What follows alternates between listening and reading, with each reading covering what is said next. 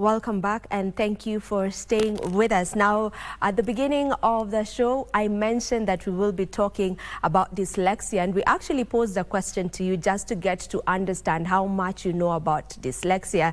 And right now, it has come to that time where we get to delve into the conversation and get to understand dyslexia and neurodiversity and inclusion, and how inclusion looks like for people living with dyslexia. And with me on set, I will begin with a lady. We have Esther Mushiri Wamai. Esther is the founder and CEO of Bloom Dyslexia Center, as well as Bloom Out. Welcome to the program. Thank you very much, Vivian. All right, right next to Esther, we have Daniel Sanoe. Daniel Sanoe is the Deputy Director Programs at KBC. Welcome to the show. Thank you, Vivian. It's a pleasure to have the both of you here so that we can just get to spread the awareness on matters dyslexia and how inclusion, matters education looks like for people who live with dyslexia and other neurodiversity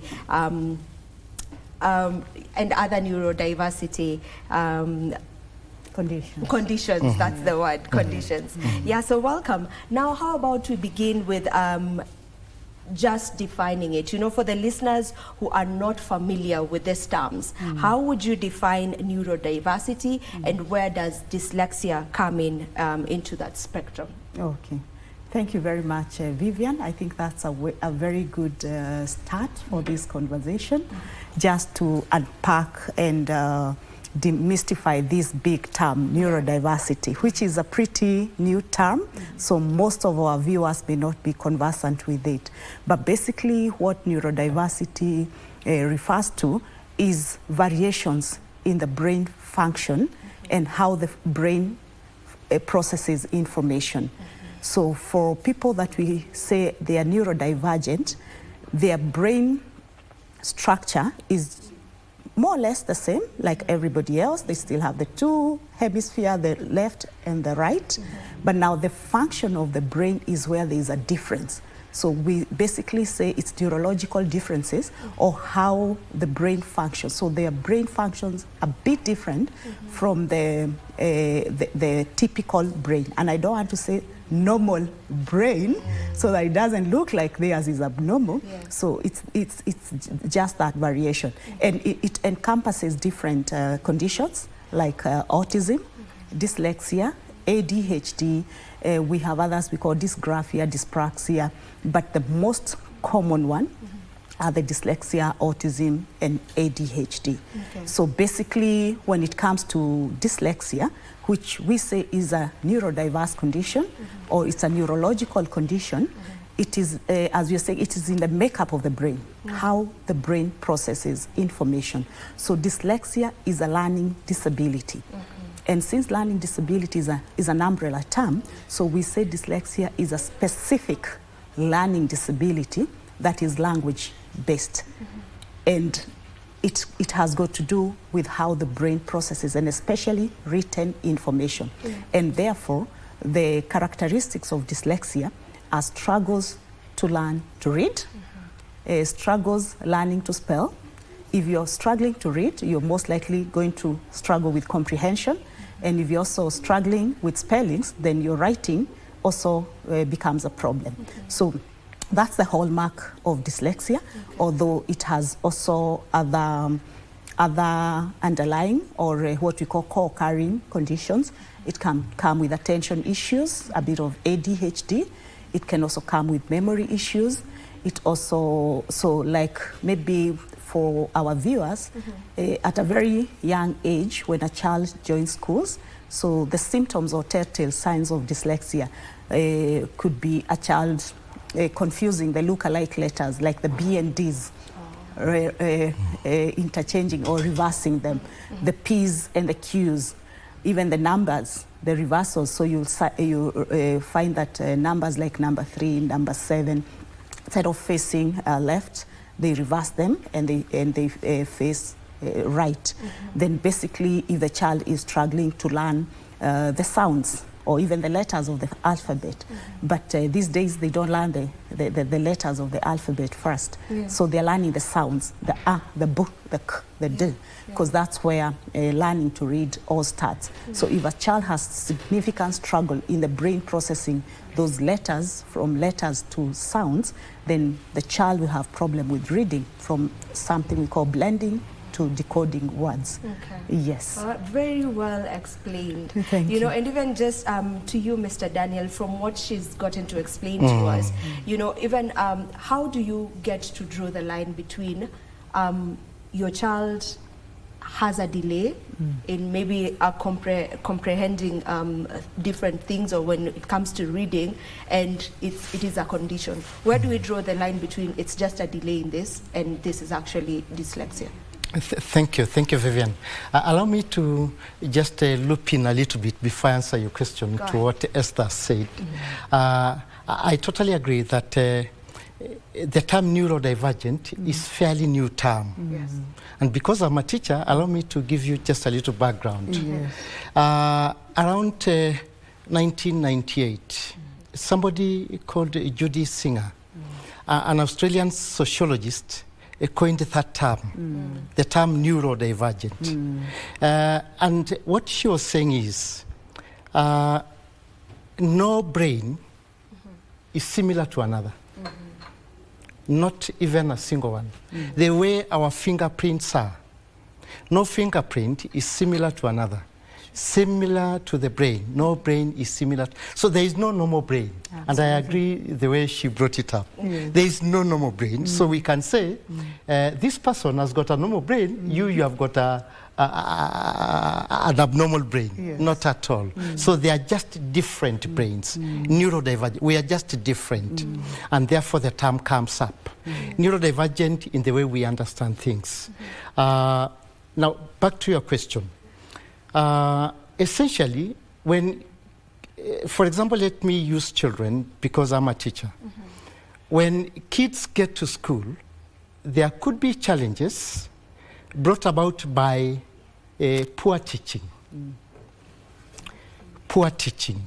For example, if the kids arrive at PP1 and somebody is supposed to make them learn that a letter has got an associated sound.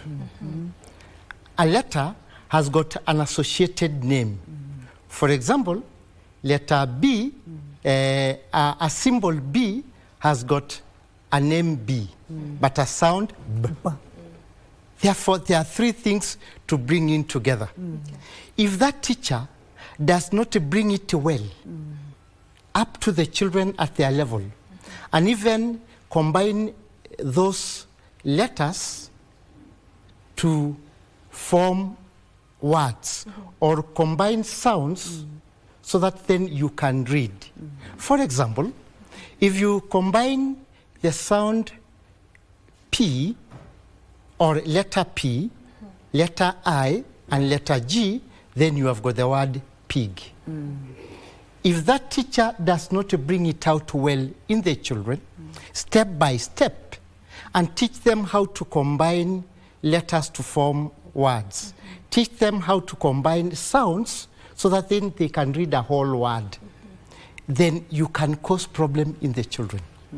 That one is not neurodivergent. Absolutely. It is a problem as a result of the environment.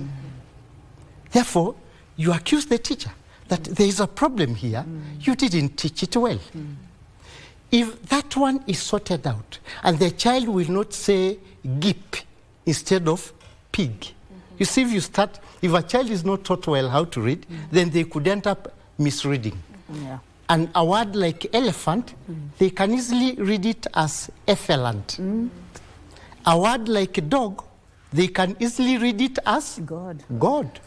If you don't teach the children well, then you cause a problem. That one is not neurodivergent. If proper instruction is given to those children, they overcome it very easily. And even at PP1, PP2, when well taught, can even read a newspaper without much difficulty. But if a child has got and a different formation of their brain, and therefore their functioning is different. Therefore, it is neuro, it is anatomical. Then there will be a persistent challenge in overcoming those problems. Therefore, that is the difference between neuro and just environmental issues. Yeah. Yeah. So maybe for a parent who's watching us and probably they have an issue with how, with their child's comprehension of things, they feel that they're delaying, you know. So how do we get dyslexia or any neurodivergent condition diagnosed? Do we need to go to hospital for it? Do we just need a speech therapist to do that? How to go about that? Okay, a very good question, and maybe just to elaborate on my introduction, that I'm also a teacher, just like Daniel, special education background, specializing in learning disabilities, specifically dyslexia. And on top of that, I'm also a specialist assessor. And that now brings us to your question on how can a parent tell that their child has dyslexia? Because as Daniel has rightly put it, there are many things there are many factors that would make a child not learn. And so it is important that we are able to distinguish between environmental barriers or even other developmental conditions or delays that may impede learning and dyslexia. And so for dyslexia, as we've said, it's a brain-based condition. And probably maybe we need to define what dyslexia is and what dyslexia is not. And also try to bust a lot of myths and misconceptions that come with dyslexia. So Daniel has already said that poor instructions or mal-instructions can result to a child having significant struggles in learning. So we say dyslexia is not as a result of a hearing problem. So if we rule out that the ears are okay, that's not dyslexia, because a hearing loss, whether profound or partial, could cause learning. Dyslexia is not as a result of a sight or vision problem. So if you rule out that the eyes are okay, that's not dyslexia. Dyslexia is not lack of educational opportunities. So for our grandparents who never went to school, if they can't read English, that's not dyslexia. Yes, and another very important one, that myth that we need to bust here, is that dyslexia is not an intellectual disability. So it is not as a result of low IQ. If anything, dyslexics have between average to above average IQ, 70 and above. And we'll look at the strengths of dyslexics later. We will actually quote very successful and famous people with dyslexia. So, on that note, allow me to just cut you short a bit, take a commercial break, and then we'll be back to continue with the conversation. Don't go too far.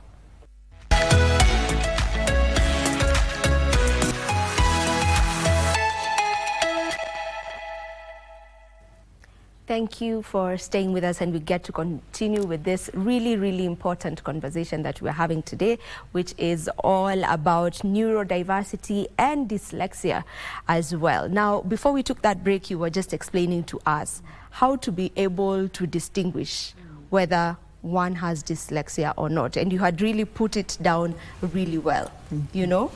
If you may just continue. Okay, very well. So we had just looked at what dyslexia is not, and I was at that point of that dyslexia is not an intelligence problem. If anything, they have average to above average intelligence.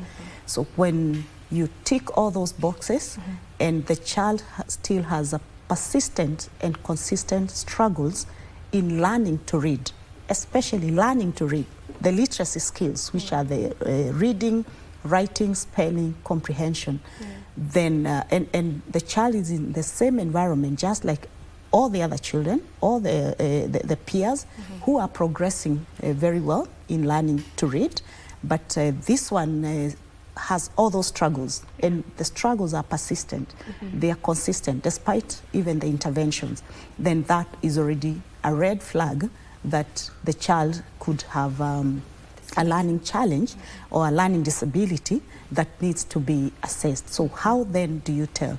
So our advice to teachers or parents, and especially teachers, because they are the ones on the front line, they are the ones teaching. And at the preschool, where the children are already learning the sounds, we call it phonological awareness. And if a teacher, you realize there's that child who has that consistent struggle. But when it comes to the oral language skills, the communication, the child is very expressive. They are very articulate. They are very eloquent, maybe save for a few words here and there, probably where they could mispronounce, as Daniel was trying to explain. But when you look at the intelligence of the child, they are very self-aware. They can reason. They have thinking skills.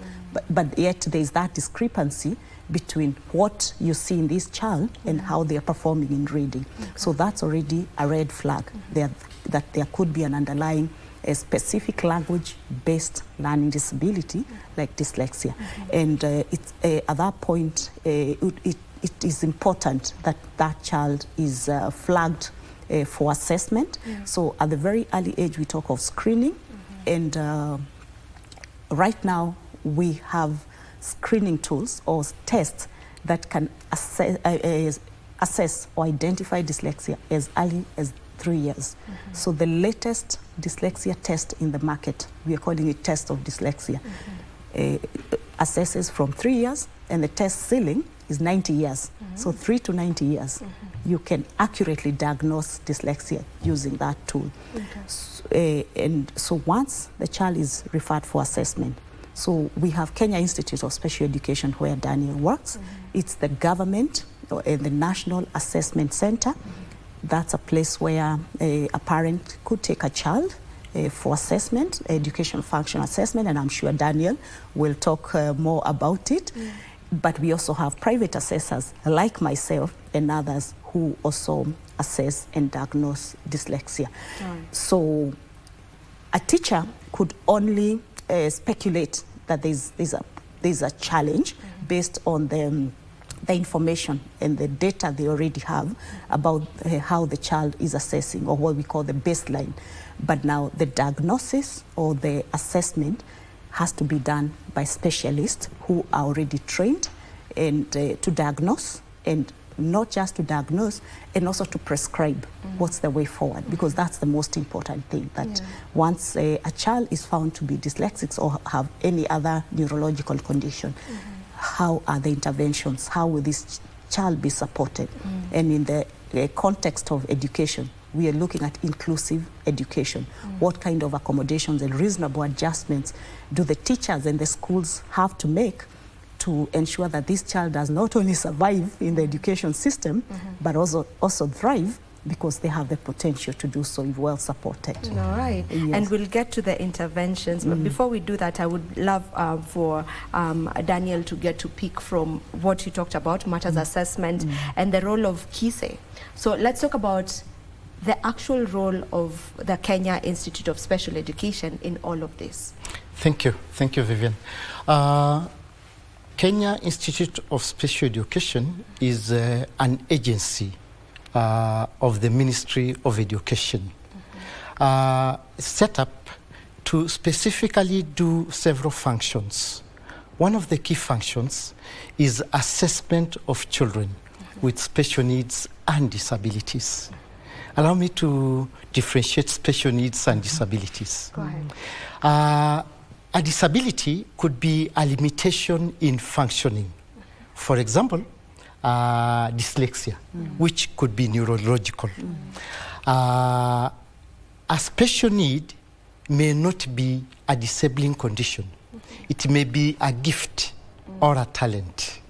You're gifted, you are talented, then it's a special need, because you need to be educated differently in order to actualize your potential.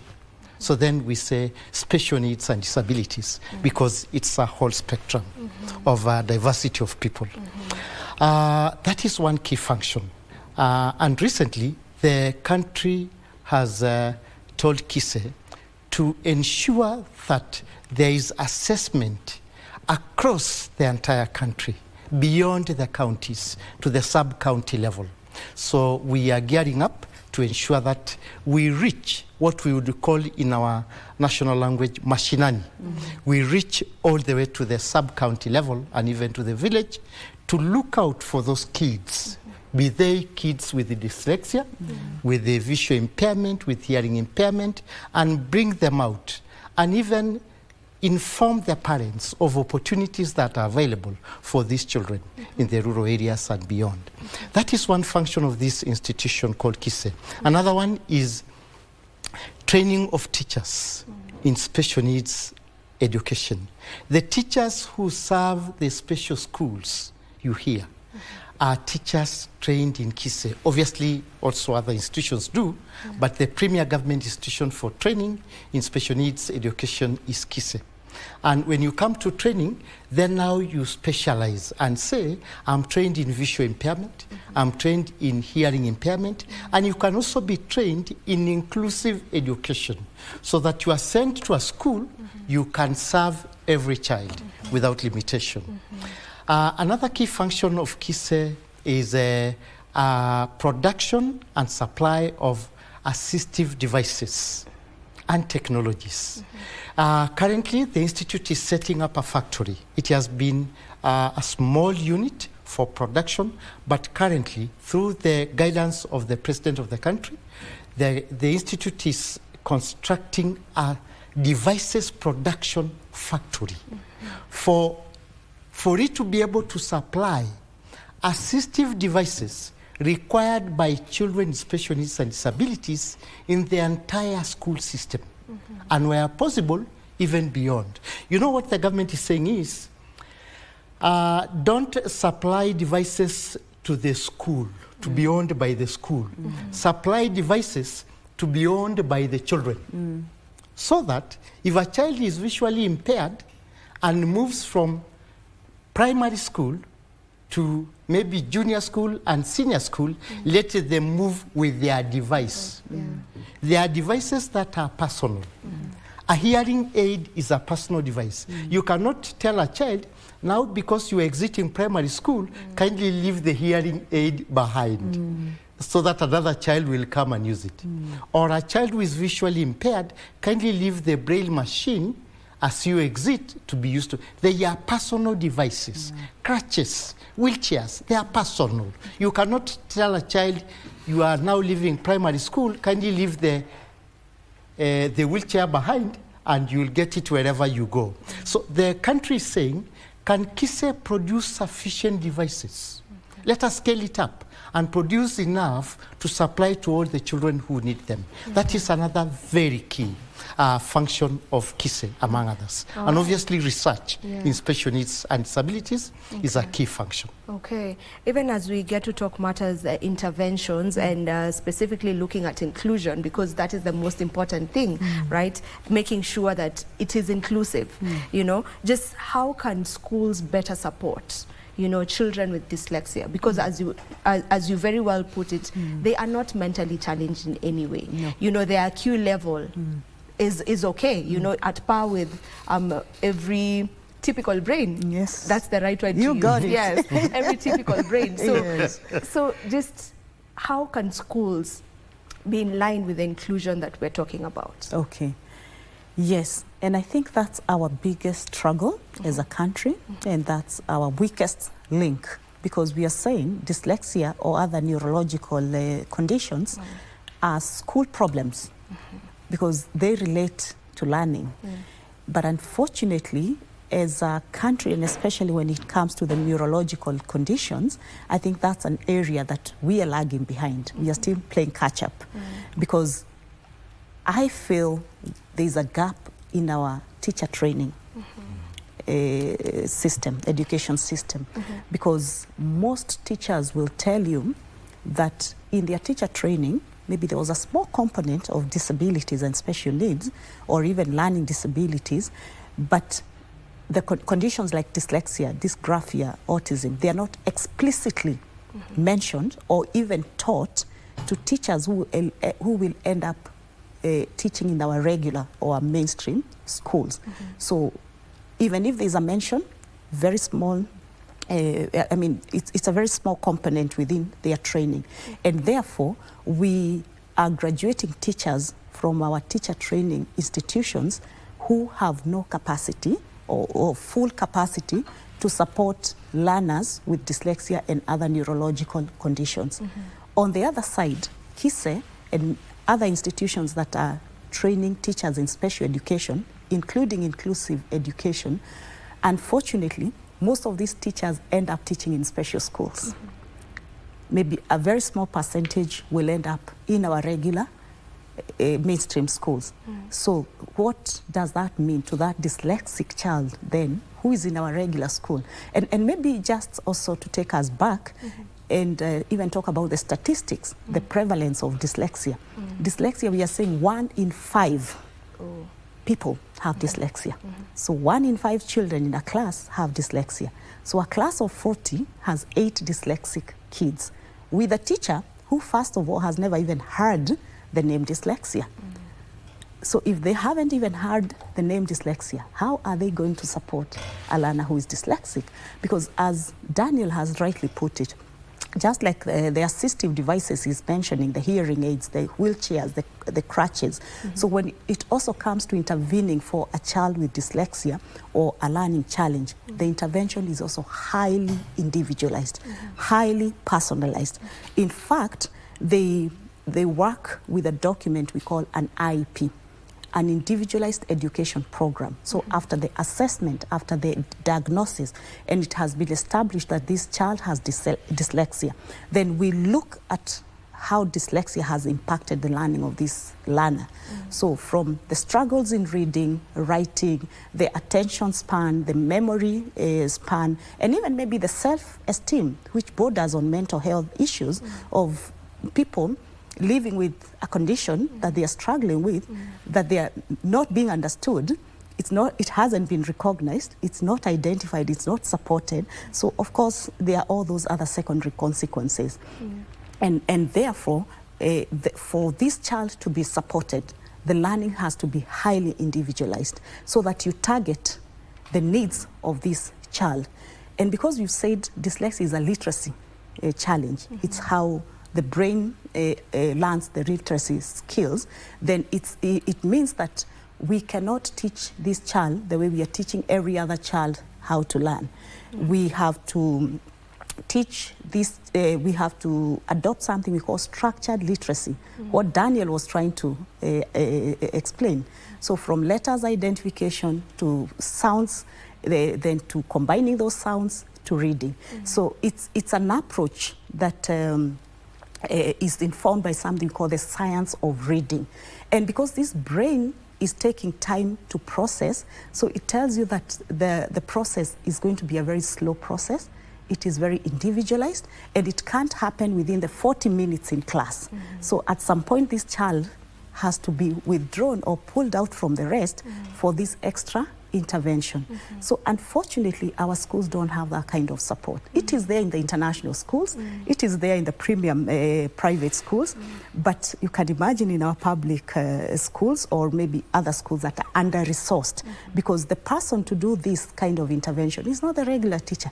It is the teacher that Daniel is training at KISE, but probably that resource is not available in that school. So what then happens is that these children, most of them are just falling through the cracks because we are teaching them not the way their brain learns. And we say, let's teach them how their brain learns, not how we want them to learn. Then there's something we call assistive technology. He's just talked about it, because if today my eyes have a problem seeing, I wear glasses. That's technology. And the glasses will enable me to read better. So if my brain is struggling to read, to process written information because of dyslexia, how about then converting that text, the print text, to audio, so that I can still learn what the text is all about, and I'm able to apply that. So we have, again, now the assistive technology coming in as an intervention, in addition to what the teachers are already trying to support. Extra time. we've said the brain processes information is slower than the typical brain. So an assignment or homework that is taking others 10, 20 minutes, this one may need some extra time for that. So it's just simple things like those ones. And of course, even just encouraging this child, because one of the things the dyslexics will tell you, and this is across the world, is that because of the misunderstanding that comes with the condition, because it's an invisible disability. I can't look at you, Vivian, and as much as I'm a trained assessor, and say that you have dyslexia. I'll have to diagnose or interact with you and see how you're reading, how you're writing, how you're spelling, and maybe just speculate, but confirm that with a diagnosis. So, and then we say these guys, their IQ is above average. So most people will misconstrue that these people are lazy, they're stupid. They've been called all those derogatory terms by people who don't understand that it's a problem. So I think that we need to do more of the awareness. We need probably to relook at our policies, the teacher training policies, so that we ensure that each school has teachers who are trained in this area and they are able to support these children alongside the other children, because kids with dyslexia should not be in a special school. They are not material for special school. So they can thrive very well in an inclusive school, but of course the school has to have what we call neurodiversity, affirming practices, and it's all those things that I have mentioned. All right. And I would love Daniel to also get into that a bit. What are some of the changes from your point of view that you would love to see in how society in general, you know, approaches, you know, children or people with dyslexia and other neurodiversity conditions? That's a good one. First of all, allow me still to loop back to what Esther said about teacher training and dyslexia. As an institute, we have got a curriculum we implement, which has got key units on how to teach children how to read, how to comprehend, and all those kind of things. And they are taught across board to anybody doing special needs education. But I agree, many of them get to special schools. Nevertheless, government has also put measures in place to ensure that all teachers, and majority of them trained in inclusive education and learning disabilities, which is an umbrella term where dyslexia falls under, are basically posted to the general school system and not essentially to the special schools. Therefore, we still have got these teachers deliberately posted to the schools where a lot of these children are found. So the government is very aware of that, and it is putting those measures in place. To your question, obviously, persons with dyslexia are just any other person in society and in the school system. But within the schools, nothing replaces a good teacher at all. If we would bring in teachers and essentially skill them enough to understand the basis of dyslexia, to differentiate that a child who is dyslexic is not a child who is a poor reader, or is not a child who is intelligent. Because the perception of the old teacher, you see, we have got a new generation of teachers anyway, who approach things differently. The perception of the old teacher, who may be petering out of the system right now, is that this one will never be a good person in society, will not be productive. But essentially, what we have come to train our teachers is dyslexic children are bright children, like any other person. Despite their none or challenges in decoding or in comprehending written texts, they still are able to pursue careers and succeed like anybody else. Because one, Esther said, issues of differentiated teaching, which has done marvelous. Bring in the IEP, individualize the teaching, attend to the individual difficulties, children succeed.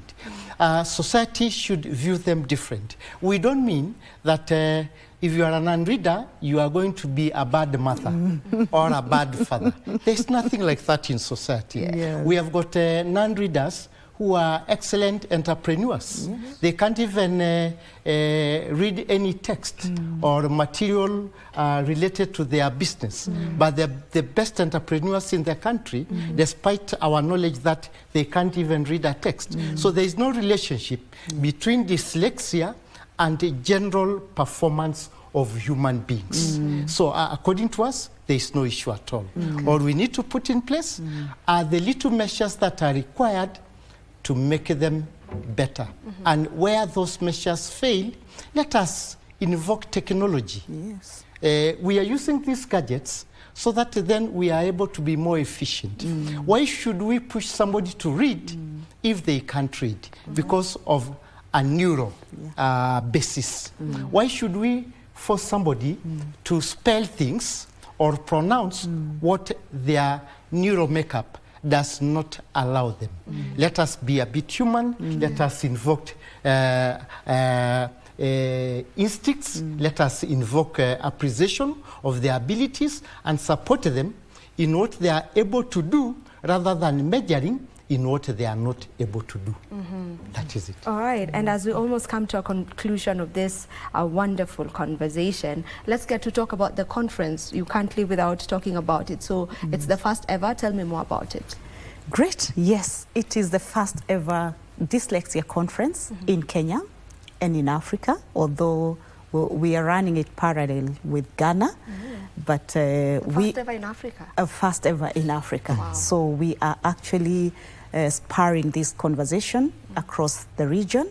And it's very exciting for us because KISE and Bloom Dyslexia Center are co-hosting this first ever gathering of parents, educators, policymakers, tech professionals, mental health professionals to come together and just talk about dyslexia for the first time in Kenya and in Africa.